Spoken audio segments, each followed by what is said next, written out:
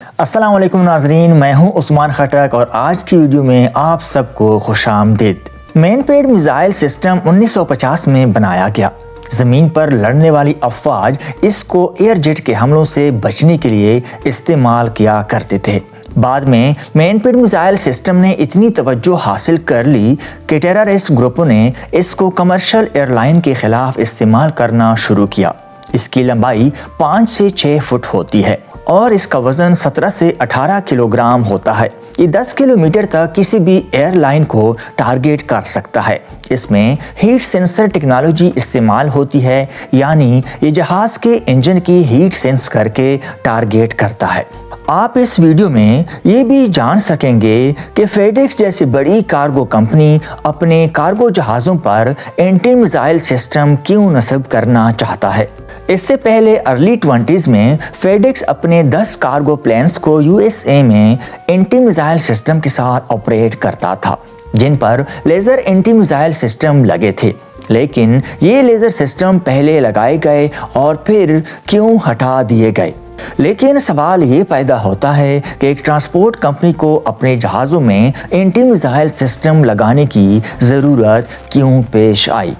ناظرین، 2003 میں ایک ایسا واقعہ ہوا جس نے انٹرنیشنل میڈیا کی توجہ حاصل کر لی۔ DHL کارگو کے ایک پلین نے عراق کے کیپٹل بغداد سے ابھی ٹیک آف ہی کیا تھا کہ زمین سے ایک میزائل آیا اور پلین کے لیفٹ ونگ کو ہٹ کیا۔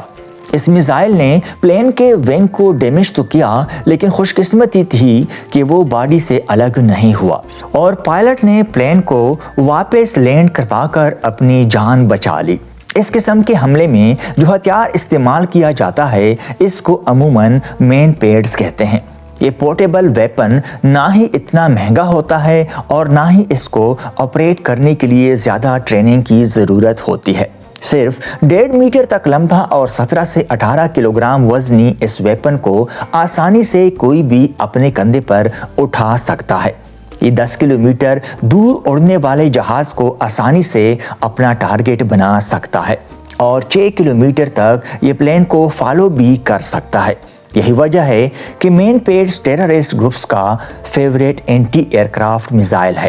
مین پیڈز کی بلیک مارکیٹ میں خرید و فروخت اتنی کامن ہو گئی کہ ایک وقت آیا جب یہ سیریس مسئلہ بن چکا تھا۔ 1975 سے لے کر اب تک 60 سے زیادہ سویلین ایئر کرافٹس کو اس ویپن کے ذریعے ٹارگیٹ کیا جا چکا ہے، جس میں 1000 سے بھی زیادہ جانیں جا چکی ہیں۔ جب یہ ٹیررسٹ گروپ کسی جہاز کو ٹارگٹ کرتے ہیں تو قیمتی جانیں ضائع ہونے کے ساتھ ساتھ اور بھی کئی قسم کے نقصانات ہوتے ہیں۔ جب کوئی ایئر کرافٹ مین پیڈ اٹیک کی زد میں آتا ہے تو اس میں ہونے والا ڈائریکٹ نقصان 1000 کروڑ US ڈالرز تک ہو سکتا ہے، لیکن کنٹری کی اکانومی پر ہونے والا انڈائریکٹ نقصان ہماری سوچ سے بھی زیادہ ہوتا ہے، کیونکہ جب بھی کوئی ایسا حادثہ ہوتا ہے تو 70% تک لوگ خوف کے مارے اگلے کئی مہینوں تک ٹریول ہی نہیں کرتے۔ اس کی ایک مثال ہمیں 9/11 کے اٹیکس کے بعد دیکھنے کو ملی تھی۔ اس بڑھتے ہوئے خطرے کے جواب میں 2003 کے اندر US کانگریس نے قدم اٹھایا اور کمرشل ایئر پلینز کو مین پیڈ سے بچانے کے لیے کوششیں شروع کر دیں۔ اس پروگرام کو کاؤنٹر مین پیڈز کا نام دیا گیا، جس میں ملٹری ٹیکنالوجی کو استعمال کر کے اینٹی میزائل سسٹم بنانے کا فیصلہ کیا گیا۔ لیکن یہ اینٹی میزائل سسٹم کسی ملٹری پلین پر نہیں بلکہ ایک کمرشل پلین پر لگنے تھے۔ اسی وجہ سے ان میں کچھ چینجز کرنے کی ضرورت تھی۔ US ہوم لینڈ سیکیورٹی نے یہ کام 2 الگ الگ کمپنیز کے ذمہ لگایا۔ ایک تھی BAE سسٹمز اور دوسری کمپنی تھی نارتھروپ گرامن۔ BAE سسٹم نے جیٹ آئی نامی سسٹم ڈیولپ کیا، جبکہ نارتھروپ گرامن کے بنائے گئے سسٹم کو گارڈین کا نام دیا گیا، جو آنے والے میزائل کو ڈیٹیکٹ کر کے اس کو ختم تو نہیں کر سکتے تھے، لیکن لیزر بیم پھینک کر میزائل کو کنفیوز کر کے اس کی ڈائریکشن تبدیل کر سکتے تھے۔ آپ کو یہاں بتاتے چلیں کہ مین پیڈ میزائل سسٹم کچھ ایسے سینسرز کے بنیاد پہ کام کرتا ہے کہ جہاز کے انجن سے نکلنے والے ایگزاسٹ کی گرمائش کو ڈیٹیکٹ کر کے اس کو فالو کرتے ہیں۔ ان میزائل کی سپیڈ کسی کمرشل پلین کے سپیڈ سے 2.5 ٹائم زیادہ ہوتی ہے۔ اسی وجہ سے یہ بڑی آسانی سے پلین تک پہنچ کر ان کو ہٹ کر سکتے ہیں۔ اینٹی میزائل سسٹم سے نکلنے والی لیزر بیم میزائل کے سینسر کو کنفیوز کر کے ٹارگٹ سے دور لے کر جاتی ہے۔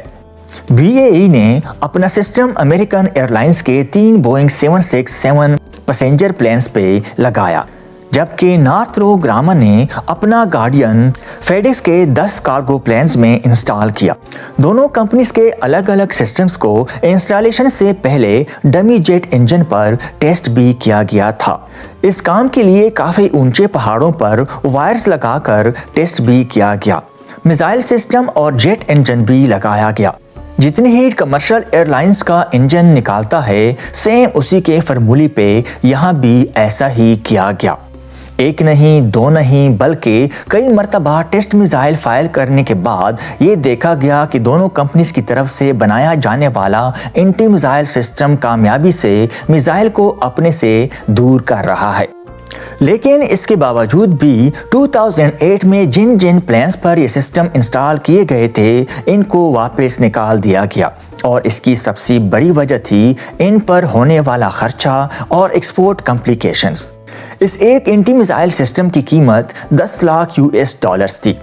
پیسنجر ایئر لائنز جو کمپٹیشن کی وجہ سے ویسے ہی بڑی مشکل سے پرافٹ جنریٹ کر پاتی تھیں، ان کے لیے یہ ایک ایکسٹرا کاسٹ سر کا درد بن چکی تھی۔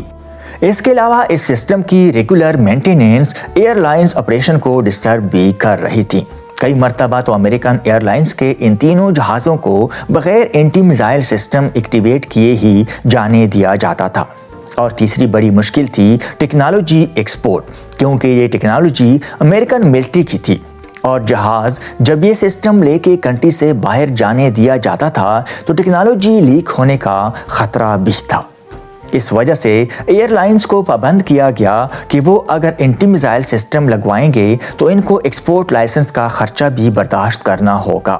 ایئر لائن کمپنیوں کے لیے یہ ایک مشکل ٹاسک تھا، کیونکہ یہ پریکٹس امریکن ایئر لائنز کے لیے تو لازمی کی جا سکتی تھی، لیکن دوسری کنٹریز کی ایئر لائنز یہ سسٹم نہ لگوا کر اپنی کاسٹ بچا سکتی تھیں، اور کمپٹیشن میں پیسنجرز کو سستے ٹکٹ بھی دیے جا سکتے تھے۔ تو ان شارٹ یہ system American airline business کے لیے کسی خودکشی سے کم نہیں تھا۔ کمرشل ایئر لائنز پر اینٹی میزائل سسٹم انسٹال کروانے کے قریب 10 سالوں کے بعد 2019 میں فیڈیکس نے ایک بار پھر سے لیزر میزائل ڈیفنس سسٹم کے لیے اپلائی کیا۔ اس نئے سسٹم میں اور پہلے لگنے والے سسٹم میں فرق صرف اتنا ہے کہ یہ ٹیکنالوجی فیڈیکس خود انٹروڈیوس کروا رہا ہے، اور اس پر سارا خرچہ بھی فیڈیکس خود ہی کرے گا۔ پر سوال یہ ہے کہ فیڈیکس جیسی کارگو کمپنی کے لیے اینٹی میزائل سسٹم اتنا ضروری کیوں ہے؟ اصل میں ان کے بزنس نیچر کے حساب سے ان کو ایسی لوکیشنز پہ جانا ہوتا ہے جہاں ٹیررسٹ ایکٹیویٹیز بہت زیادہ ہوتی ہیں۔ اس کے برعکس پیسنجر ایئر کرافٹ زیادہ تر ایسی جگہوں پر جاتے ہی نہیں ہیں جہاں حالات کشیدہ ہوتے ہیں۔ کارگو پلینز اکثر قیمتی اور سینسیٹیو چیزیں بھی ٹرانسپورٹ کرتی ہیں، جس میں الیکٹرانکس، فارماسیوٹیکلز اور کبھی کبھار ملٹری ایکوپمنٹ بھی ہوتا ہے۔ اس کارگو کو میزائل سے بچانا فائنینشلی اور نیشنل لاس سے بچنے کے لیے بہت زیادہ ضروری ہے۔ ان کارگو سامان کی انشورنس تو پہلے سے ہو چکی ہوتی ہے، لیکن کچھ سامان ایسے بھی ہوتے ہیں جو انشورنس کی رقم سے زیادہ قیمتی ہوتے ہیں۔ اگر کبھی ان کارگو پلینز پر حملہ ہوا تو اس سے ہونے والا سب سے بڑا نقصان نہ ہی سامان کے مالکان کو ہوگا اور نہ ہی انشورنس کمپنی کو، بلکہ یہ نقصان فیڈیکس جیسی کارگو کمپنیز کو ہی ہوگا، کیونکہ اگلی بار لوگ اپنا سامان بک کروانے سے پہلے 10 بار سوچیں گے۔ اور سب سے آخر میں ہمیں یہ بات بھی جاننا ضروری ہے کہ کانگو، یمن، صومالیہ، سیریا، نائجیریا اور عراق جیسے کنٹریز میں بے شک ہی پیسنجر پلینز بہت کم جاتے ہو، لیکن فیڈیکس جیسی کارگو کمپنیز کو ہر صورت میں کارگو ڈیلیور کرنے کے لیے یہاں جانا پڑتا ہے۔ کاروبار ہو یا انفرادی زندگی، اپنی حفاظت کرنا سب کی بنیادی ذمہ داری ہے۔